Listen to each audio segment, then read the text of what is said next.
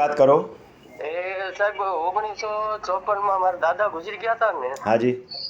તો મારા બાપુની 4 ભાઈઓ હતા.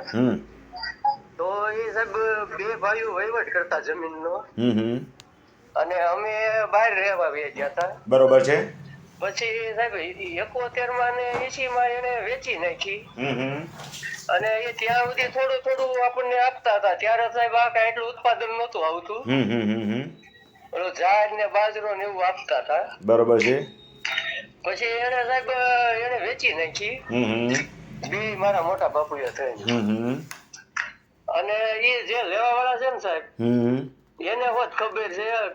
નાનું ગામ હોય સાહેબ, એટલે ખબર તો હોય કે આ 4 ભાઈઓ છે. બરોબર છે. તમારી જ્ઞાતિના જ લીધી કે બીજી જ્ઞાતિ વાળા આવ્યા છે? ના ના, બીજી જ્ઞાતિના સાહેબ. માથા ભારે છે. હા સાહેબ. અને શું અમારા મોટ બાપુની સાહેબ થોડાક બહુ માથા ભારે હતા. અને એને ચોખ્ખું કીધું કે તમને આમાં કાંઈ નથી દેવું. બરોબર છે. અને સાહેબ ત્યારે મંત્રી પાસે એને એ ધાક ધમકીથી આ બધું કરાવેલું હતું. હા થાય એવો ગામમાં ઘણા અગાઉ કિસ્સા બનતા. અને સાહેબ અમારા સમાજમાં બહુ બધું થતું. તમારી જ્ઞાતિ નહીં બોલતા તમારી. હા, વળી તમને તકલીફ નથી પણ બીજા કોકને તકલીફ પડશે. ના ના ના ના સાહેબ. અને સાહેબ આપડા તો પહેલેથી બહુ વિડીયો જોઉં છું.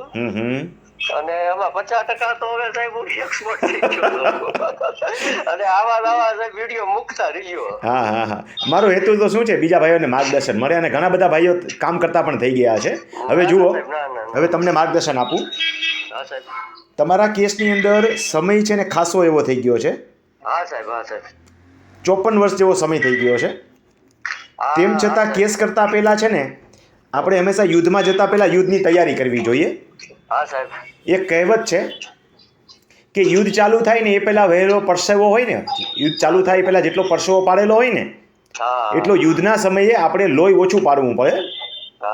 એટલે આપણે કાંઈ પણ કેસ કરતા પહેલા સાધનિક કાગળ કઢાવી લેવા જોઈએ. એ સાહેબ નથી, કોઈ વસ્તુ જ નથી. એટલે સાધનિક કાગળો ક્યાંથી મળે તમને કહું.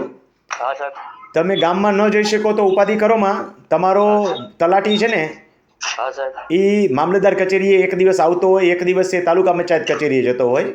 સાહેબ વિરોધ કરાવી લીધું. મામલતદારમાં એક જગ્યાએ કાગળ જ નથી અમારો. સાધનિક કાગળ છે જ નહીં? નહીં નથી સાહેબ. કાંઈ વાંધો નહીં. સાધનિક કાગળ નથી તો પછી હવે તમારે ખાલી હવામાં ફાયરિંગ કરવાનું રહ્યું. હા સાહેબ. એના માટે તમે મામલતદાર કચેરીમાં એક કેસ ચલાવો. કેસ માટે પ્રથમ તે વિલંબ માફી માગજો, સીધો કેસ નહીં ચલાવતા. હા સાહેબ. વિલંબ માફી ચલાવો અને વિલંબ માફી સાથે જ કેસ રજૂ કરી દેવાનો કે ભાઈ અમારી આ બાપ દાદાની મિલકત હતી, અમારા ફાધર જે છે એમને ક્યાંય સહીઓ કરેલી નથી અને અમારો હક જે છે એ આમાં ડૂબેલો છે. એ રીતની વ્યવસ્થિત અરજી કરવી પડે. અરજીમાં વ્યવસ્થિત ઉલ્લેખ કરવા પડે આખા કે અમારી આ ગામની અંદર જમીન ધરાવી છે. ફકરાની અંદર પહેલાં એ લખવું પડે. બીજા ફકરાની અંદર એ જમીન કેવી રીતે આવેલી હતી બાપ દાદાની એનો ઉલ્લેખ કરવો પડે. ત્રીજા ફકરાની અંદર આ જમીનનો તમારો અધિકાર કેવી રીતે ડૂબાયેલો છે સામેવાળાએ એના આક્ષેપો લખવા પડે. અને એ રીતે તમારે ન્યાયની રાહે આગળ જવું પડે. પણ પહેલાં આ બધા મેટર્સ લખી અને વિલંબ માફી કરાવવાની કે અમે ઘણો સમય પછી અમને આ બાબત ધ્યાનમાં આવેલી છે અને અમે નાના હતા અને અમારા ફાધરને આવી ખબર પડતી નહીં અને એક ધાક ધમકીને કારણે એ ગામ છોડીને જતા રહેલા. એવું જે કાંઈ લખવું હોય, હકીકત જે હોય એવું બધું લખવાનું. અને હવે અમારો કેસ જે છે એમાં વિલંબ માફી કરીને અમને સાંભળવા વિનંતી. એટલે પ્રથમ તમને સાંભળશે તો ખરા જ. હું એમ નથી કહેતો તમારી ફેવરમાં આપશે, પણ વિલંબ માફી નહીં કરો તો તમને સાંભળશે નહીં. અરજી દફતરે થઈ જશે. એટલે વિલંબ 200-250 વર્ષ પહેલાનો એ જમીનનો દસ્તાવેજ આપણી પાસે છે સાહેબ. બસ સરસ, બધું રજૂ કરજો, બધું વ્યવસ્થિત લખજો કે અમારા બાપ દાદા વખતનું અમારું આમાં હિત છે અને અમને અમારો અધિકાર મળેલો નથી, તો અધિકાર મેળવવા માટે થઈ અને અમારો કેસ છે એ સાંભળવો. એટલે વિલંબ માફી થયા પછી તમારો કેસ સાંભળશે. હા હા સાહેબ. હા સાહેબ. ભલે સાહેબ, આપનો ખૂબ ખૂબ આભાર હો સાહેબ. હા, આવજો ભાઈ. હા સાહેબ. હા. હું રમણીકભાઈ કોટડિયા. ઘણી બધી ફીડબેક આવે છે કે મને સાંભળી અને ઘણી બધી વ્યક્તિઓ કામ કરતા થયા છે. તમે પણ મારી 3 ચેનલ સાંભળતા રહો. રમણીકભાઈ કોટડિયા ખેડૂત માર્ગદર્શક, રમણીકભાઈ કોટડિયા રેવન્યુ માર્ગદર્શક અને રમણીકભાઈ કોટડિયા વિડીયો, એટલે તમને આવી જાણકારી